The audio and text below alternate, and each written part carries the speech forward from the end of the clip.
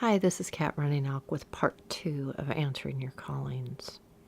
I'm going to give you another exercise. Hopefully you're working with the affirmation, I know who I am and I know why I'm here. So if you're doing that, then you can go on to part 2 here. If you haven't done part 1, go back and listen to part 1 of Answering Your Callings, okay? It helps one step at a time, right? We surrender, we affirm what we want, looking in the mirror.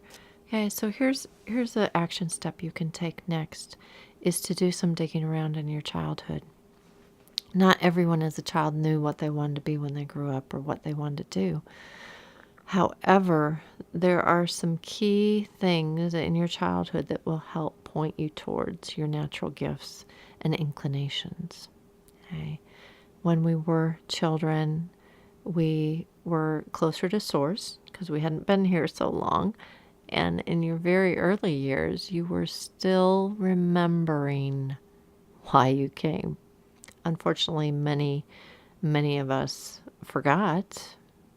Many people do forget because they go in society, you go to school, and other people start telling you what you should think, how you should think, what you should do, and they don't help you remember what you came to be and how you came to be in the vibration that feels best for you, how to be authentic. But okay, we can relearn. We're going back. So I want you to dig around in your childhood about the things you loved to do, how you played. If you had imaginary friends, what kind of activities did you do with your imaginary friends? Did you play dolls? Did you play with trucks? And what kind of storylines did you play out? Okay. Every little bit is a clue as to a part of your purpose and some callings you may have that you haven't answered yet. For instance, when I was a child, I played orphanage.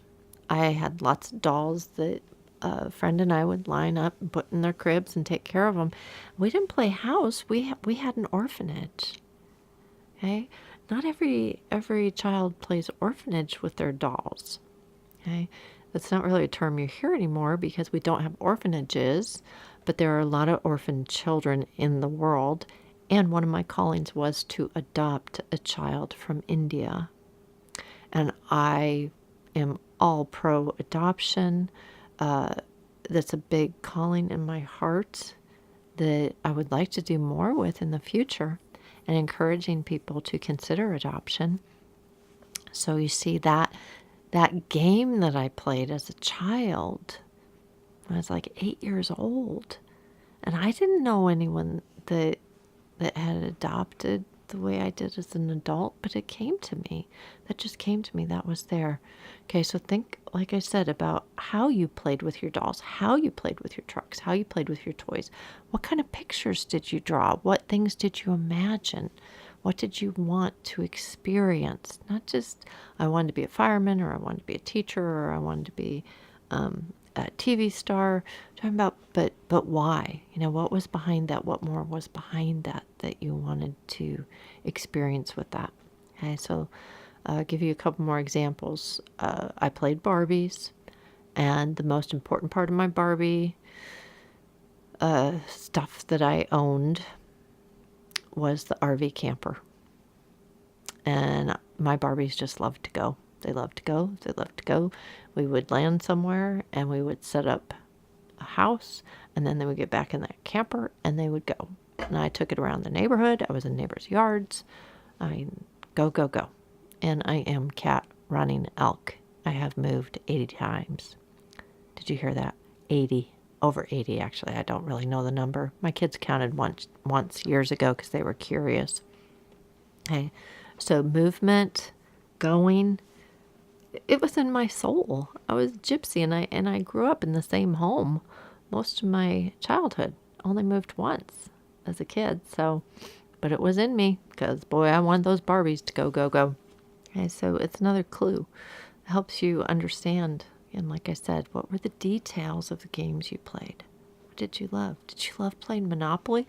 Did you like to get as much money as possible? Maybe you have a calling to prosper, to focus on material wealth so that you can share it with others and give more to charity. Okay? Did you like to play house? Was having a family really important to you? That's a calling. That is a calling. Dedicate yourself to home and family. And definitely travel like me. Did you want to go places and imagine traveling with your toys? Okay.